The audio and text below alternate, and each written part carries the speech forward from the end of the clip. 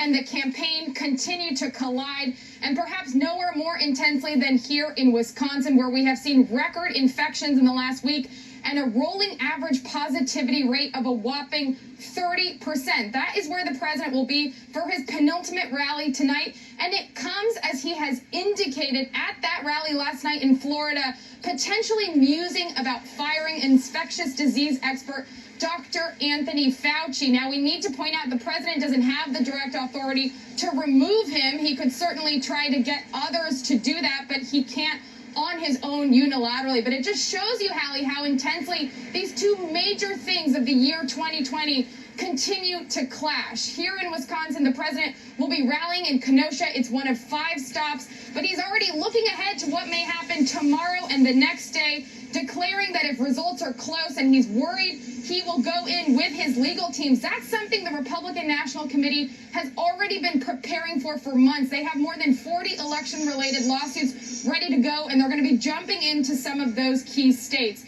But you talk about where he is, that first stop in North Carolina, where you are, Hallie. Then the president will be going to all-important Pennsylvania before returning to the Midwest, Michigan, and Wisconsin. The campaign feeling more optimistic about those first few states, a little bit less here about the Rust Belt victory that was so critical to his first win in 2016. But I have to tell you, Hallie, they think those 5 stops, campaigning in person, continuing to gather thousands of people, will help turn up the turnout, and that's what they're relying on for a potential come-from-behind win tomorrow, Hallie.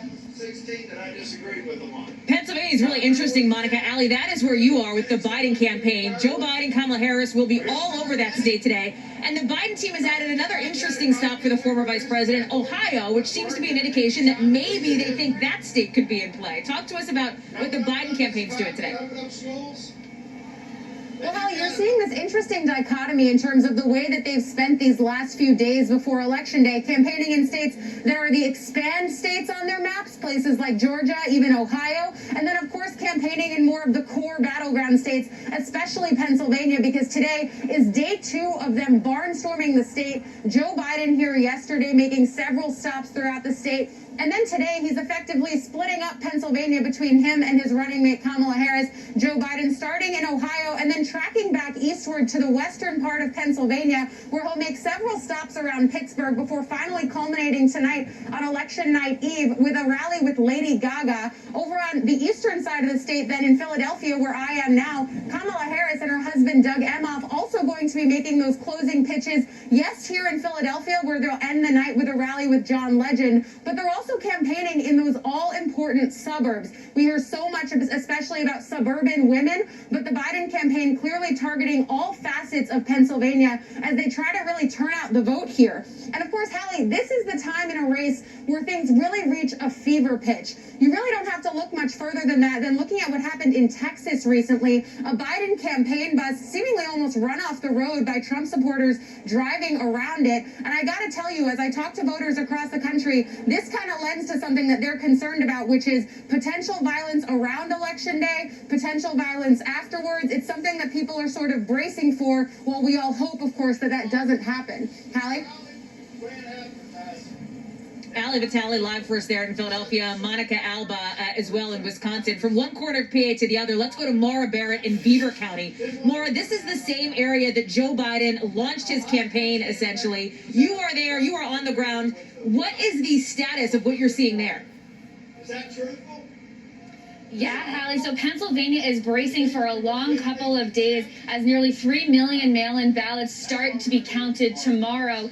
Basically, Pennsylvania allowing an additional 3 days for these mail-in ballots to be counted, and state election officials saying that there's nothing nefarious that's going to be happening in those additional 3 days. But as Monica mentioned, the president already saying he's going to be bringing in his legal team, the state's attorney general pushing back, fact-checking the president, saying the election isn't over until all the ballots are counted, and he's happy to, he said, quote, defeat his lawyers once again. When you look here specifically in Western Pennsylvania, these are the communities that both Joe Biden and President Trump need on their path to victory. You can see the Shell plant behind me. This is something that directly benefits from natural gas production by way of fracking, and that is something we've heard from the president a lot on the campaign trail here around these conservative rural bases in Pennsylvania. He's really working to play into his base, these communities that supported him and held strong to support back in 2016. Meanwhile, we see Joe Biden spending more time in these areas where it's a tighter race. He's working to cut in to President Trump's margins. It's these blue-collar workers, particularly, that flipped from voting for Obama going to Trump. And so as we see Joe Biden here kicking off a canvass with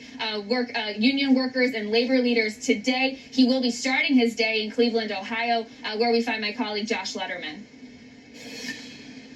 That's right, Maura. And you would have told Joe Biden's campaign 4 months ago that he would have been spending part of the last day before the election in Ohio, they might have given you a funny look. Ohio was never on the list of must-win states for Joe Biden. After all, Donald Trump trounced Hillary Clinton here by 8 points last time. But now the race looks like a dead heat in Ohio. And so Joe Biden is adding a last-minute stop here in the Cleveland area around midday. Nowhere in the country is the president's slide in the suburbs more acute than here in Ohio, and especially in the ring counties that encircle the major cities of Columbus, Cincinnati, and Cleveland. Now, the president's task is to try to drive up his numbers even higher than in 2016 in the rural parts of Ohio, especially along the Indiana border. But those areas already saw record levels of turnout last time. It's unclear whether there's enough voters out there left to lift Donald Trump high enough to win Ohio and its 18 electoral votes. Now over to Ellison Barber in Miami with the latest on Get Out the Vote. Hey, Josh, anytime I talk to Trump campaign officials here in Florida, they are quick to talk about, tout their ground game here and remind me that they have been out door knocking and canvassing when the Biden campaign was not. And that is true. Former Vice President Joe Biden, until very recently, kept most of his voter outreach in this state virtual because of the COVID-19 pandemic. President Trump and his team, they say they have knocked on about 3.8 million doors in Florida alone. But the Biden campaign has been and is still getting help from outside groups like the one that we are with right now. This is the Somos PAC. They are a Latino-led group who focuses on mobilizing the all-important Latino vote in South Florida. They are here getting assignments, preparing to go out and dispatch and make a final push to get voters to show up and vote tomorrow. About 64% of registered voters in this county have already voted, either early or absentee. That's where these tablets right over here come in handy for these guys. Every single person going out to knock on doors, they are getting one of those tablets. We are told it is updated in real time with information, so all of them know which doors they're going to, and they know if they are voters who have not voted yet, so that they can stay hyper-focused. Now let's head to Arizona, Mesa, Arizona, where my colleague Vaughn Hilliard is there. Vaughn, what's going on? Yeah, thanks, Allison. Out here in the desert, just in Maricopa County alone, the greater Phoenix area, there are still 400,000 mail-in ballots that are sitting at folks' homes, not turned in to date. And that is what, in these last 2 days, local organizations, Latino organizations, labor organizations are making that last push to get folks to bring their early ballots to drop-off locations like this one here in Mesa. When you're looking at the map, the big question right now for Donald Trump is, to what extent does he bleed support here in these suburbs?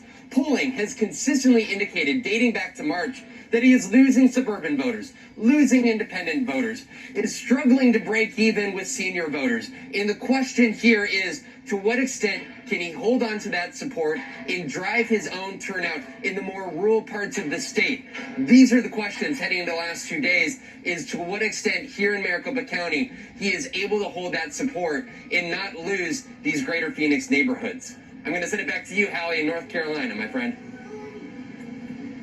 Vaughn, thank you much, pal. That is really the question for Donald Trump in the places where he won in 2016 in all of those battleground states. You've seen a look at those swing states on the ground. Let's pull back and talk about the numbers with NBC News senior political editor Mark Murray.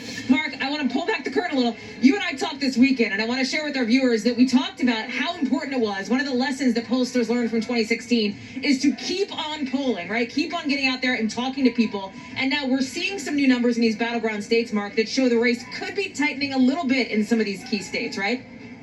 Yeah, Hallie, what our NBC Wall Street Journal pollsters ended up doing was going back in the field one more day, yesterday on Sunday, to interview 800 registered voters in the 12 combined battleground states, a lot of the battleground states you just showed. And what we ended up finding was that Joe Biden has a 5-point lead among that one-day interviews, 51% to 46%. Now, that's down 1 point from our NBC Wall Street Journal poll that came out last week, although, of course, that change is within the margin of error. But I think three things are true, Hallie, when you end up looking at our poll and other polls. Number one, this has been a very stable race. It hasn't changed all that much over the course of the past year.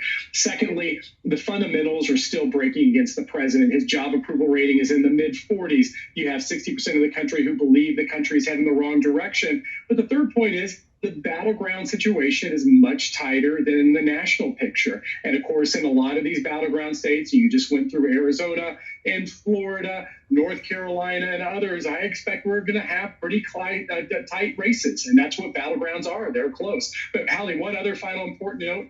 Donald Trump ended up winning these combined 12 states by 2 percentage points in 2016. So right now, even with Joe Biden's 5-point lead, Joe Biden is overperforming for Democrats from 4 years ago.